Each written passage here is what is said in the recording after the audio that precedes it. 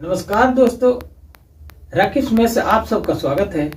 और आज हम सीखना चाहेंगे कि ही हैज़ गॉन ऑलरेडी का अर्थ क्या होना चाहिए और हम कैसे ये कंफर्म कर लेंगे कि ये अर्थ सही ही है।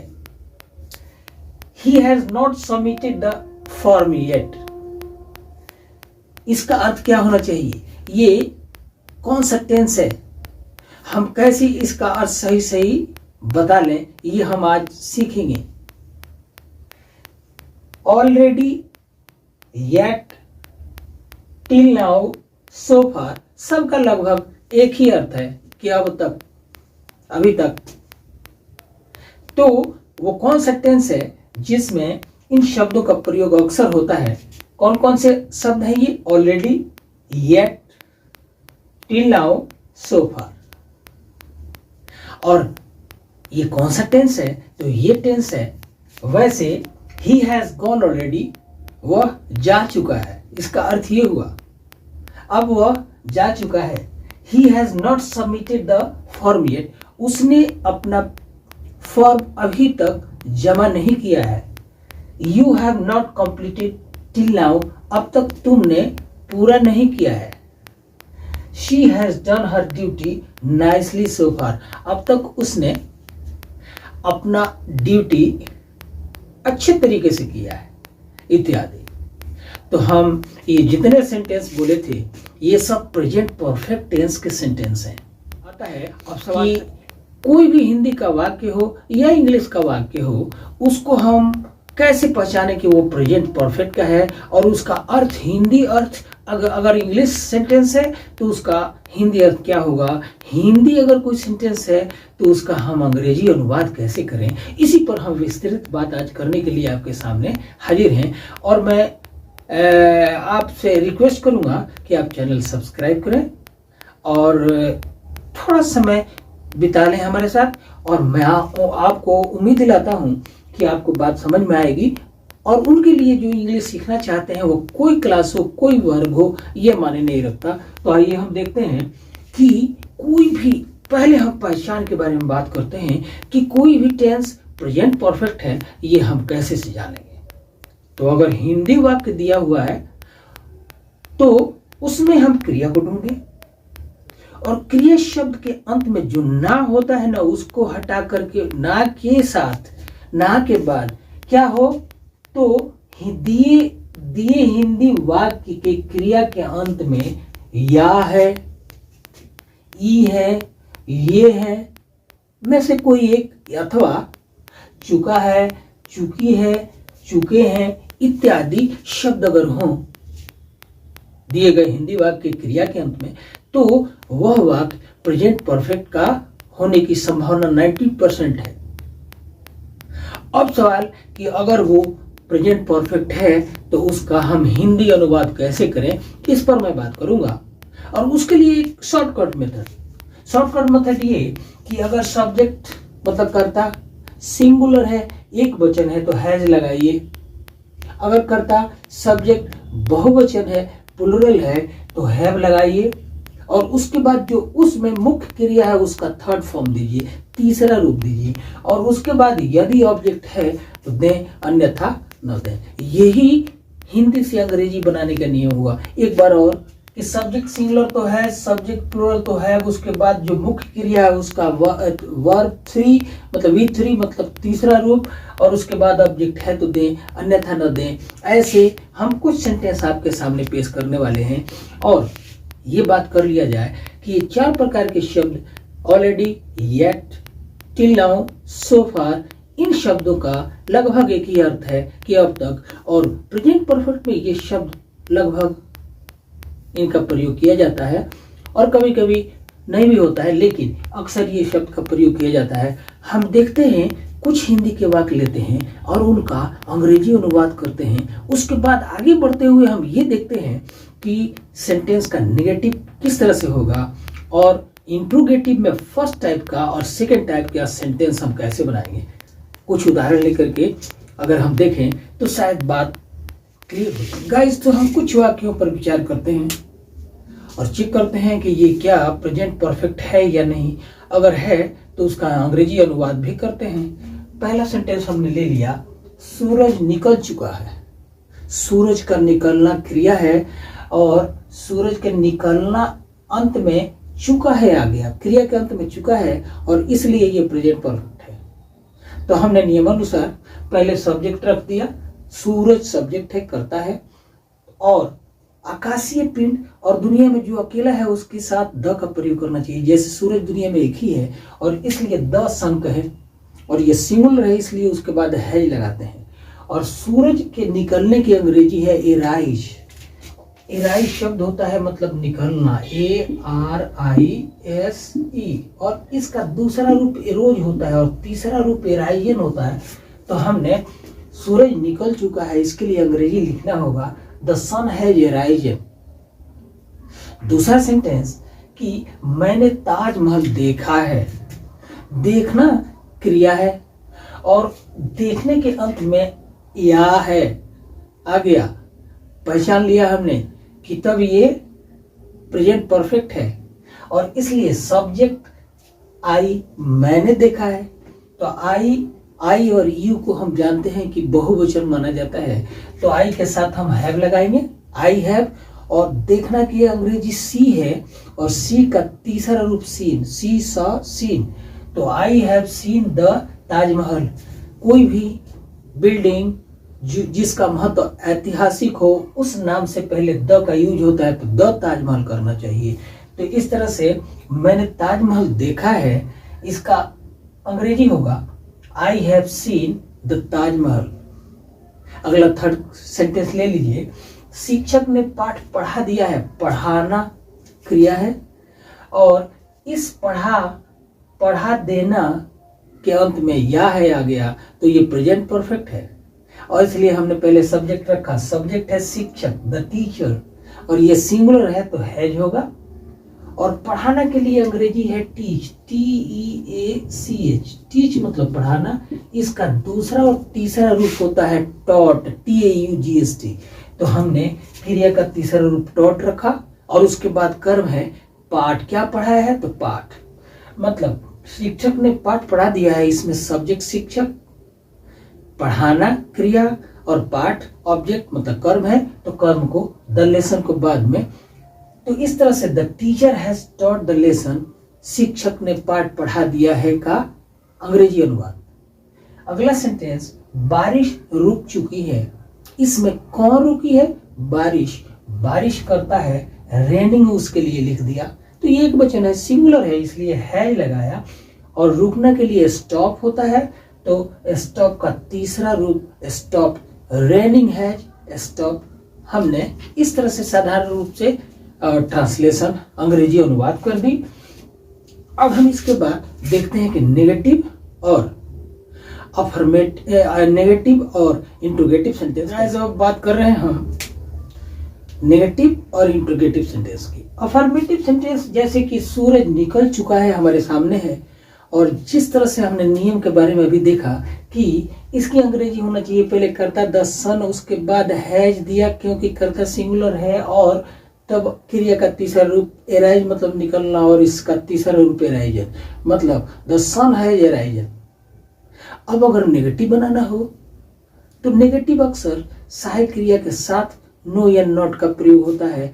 हम डिटेल में नो कहाँ लगेगा, नॉट कहाँ लगेगा, इसके लिए एक वीडियो दिए हैं जिसमें कई ऐसे वर्ड्स हैं जिनका पेयर, जिनके प्रयोग में अंतर क्या होना चाहिए, ये आप देख सकते हो।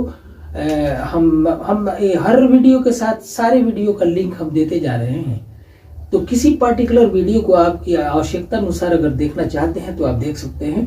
तो यहाँ पर बात हो रही थी कि सहायक क्रिया के नेगेटिव सेंटेंस के लिए सहायक क्रिया के साथ नो या नॉट का प्रयोग होना चाहिए। जैसे सूरज निकल चुका है, द सन हैज अराइजन। सूरज नहीं निकला है, the sun has not, has सहायक क्रिया इसके साथ नॉट लगा दिया, not arisen, the sun has not arisen. लेकिन अगर यही सेंटेंस हम प्रश्नवाचक के रूप में कहना चाहें तो हम ये कहेंगे क्या सूरज निकल चुका है? तो जैसा कि नियम हमने बताया था, क्या से शुरू होने वाला सेंटेंस अगर है तो ये सूचित कर रहा है हमें कि सब्जेक्ट से पहले हेल्पिंग वर्ब दे देना है। द सन हैज अराइजन में हैज हेल्पिंग वर्ब है, हैज को हम सन सब्जेक्ट से पहले कर देते हैं तो सेंटेंस ऐसे हो गया हैज द सन, उसके बाद क्रिया बच गई तो क्रिया को लिख देते हैं हैज द सन अराइजन, क्या सूरज निकल चुका है। लेकिन अगर इंट्रोगेटिव सेंटेंस दूसरे प्रकार का है, मतलब WH फैमिली से शुरू होने वाला है, W के लिए हमने बात कर दिया है एक वीडियो में, WH फैमिली के कौन कौन से शब्द हैं, मुख्य रूप से who, which, what, when, where, why, how etcetera.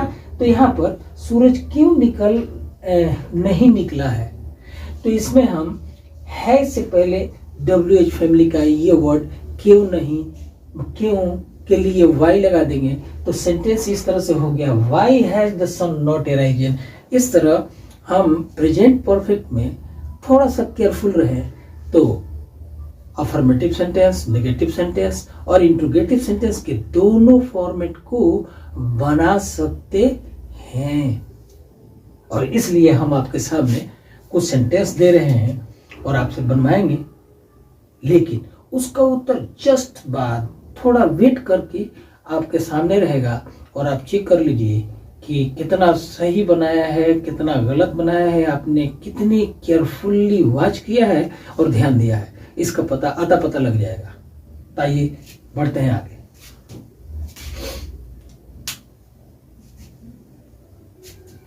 लेकिन एक और सेंटेंस है, मैंने ताजमहल देखा है, इसकी बात हम लोगों ने किया था। इसका नेगेटिव क्या होगा, मैंने ताजमहल देखा है, I have seen the Taj Mahal.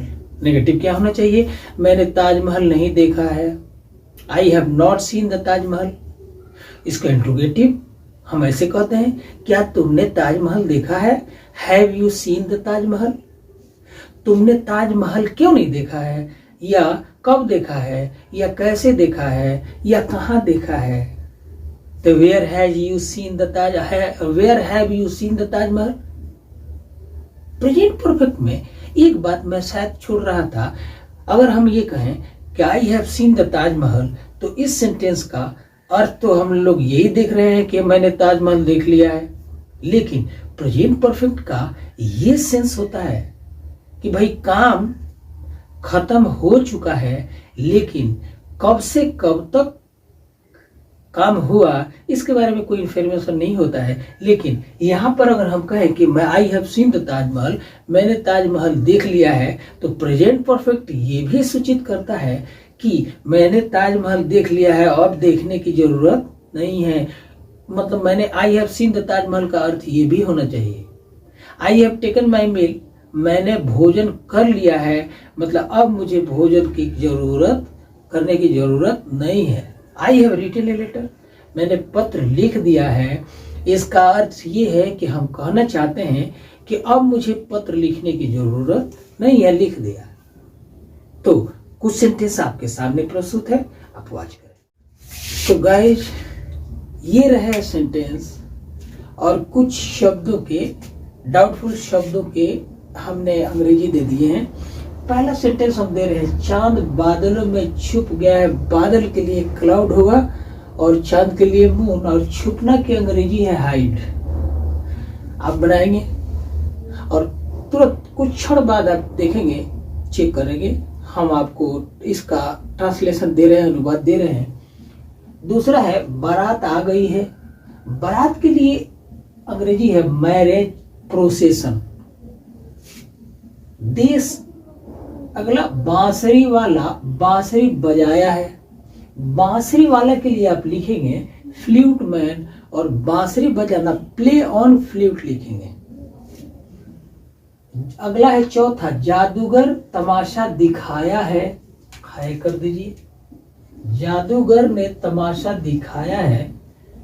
तो तमाशा के लिए शो होता है, दिखाने के लिए भी शो होता है। तो शो जब नाउन है तब इसका अर्थ होता है तमाशा, और जब ये वर्ब होता है तब इसका अर्थ होता है दिखाना। आंधी थम चुकी है, आंधी के लिए अंग्रेजी है स्टॉर्म। रेलगाड़ी स्टेशन पहुंच चुकी है, पहुंचने के लिए अंग्रेजी अराइव लिखे। विद्यार्थियों ने गृह कार्य कर लिया है, गृह कार्य मतलब होमवर्क, विद्यार्थी तो द स्टूडेंट्स। माली ने पौधा सींचा है, सींचना की अंग्रेजी वाटर है। 8वां है संसद सत्र समाप्त हो चुका है। संसद सत्र के लिए पार्लियामेंट सेशन बेहतर होगा देना। और 9वां है देशद्रोही ने कानून तोड़ा है, तो देशद्रोही के लिए एंटी नेशनल कर दें तो बेहतर होगा। देशद्रोही एंटी नेशनल, तोड़ना के लिए ब्रेक होता है, ब्रेक ब्रोक ब्रोकन, और कानून के लिए लो। तो इतने सेंटेंस, हालांकि क्रम थोड़ा सा डिस्टर्ब है, 1 2 3 4 5 6 7 और 8 यहाँ है, 9 ये है, 10 हमने ये दिया है। इस क्रम से मतलब नहीं, सेंटेंस का अंग्रेजी अनुवाद से मतलब है। और आप सामने आप अभी करेंगे, ये जितना टाइम आपके लिए है इसको नोट करके बेहतर यही होगा कि आप कॉपी में नोट कर लें और उसको ट्रांसलेट करें अंग्रेजी में। और जस्ट थोड़ा देर बाद आप इस वीडियो के अगले हिस्से में इसका ट्रांसलेशन, अंग्रेजी ट्रांसलेशन। तो गाइस यहाँ है इंग्लिश ट्रांसलेशन, आइए देखते हैं। पहला है चांद बादलों में छुप गया है। इसके लिए आप बनाएंगे the moon has hidden under the clouds. The clouds लिखना चाहिए। संसद सत्र समाप्त हो चुका है। The parliament session has ended. ENDED, and मतलब समाप्त होना, उसका तीसरा रूप एंडेड। बारात आ गई है। Marriage procession has arrived. अगला है देशद्रोही ने कानून तोड़ा है। Anti national, the anti national has broken the law. बांसुरी वाला ने बांसुरी बजाया है। The flute man has played on the flute. अगला है जादूगर ने तमाशा दिखाया है। The magician has shown the magic. आंधी थम चुकी है। The storm has stopped. रेलगाड़ी स्टेशन पहुंच चुकी है। The train has arrived at the. विद्यार्थियों ने गृह कार्य कर लिया है। The students have completed homework. अगला माली ने पौधा सींचा है। The gardener has watered the plants. हमने लगभग सारे सेंटेंस अफर्मेटिव लिया है। मैं उम्मीद करूंगा कि आप इसका नेगेटिव और इंट्रोगेटिव दोनों प्रकार के बना सकते हैं। ये वीडियो नंबर 6 है और 1 से लेकर के 5 तक के जो वीडियो हैं सब में कुछ न कुछ मुख्य बातें दी हैं। मैं लिंक इसमें भी सबका दूंगा और सब में लगभग सबका लिंक है। आप देखना चाहें तो देख सकते हैं। धन्यवाद।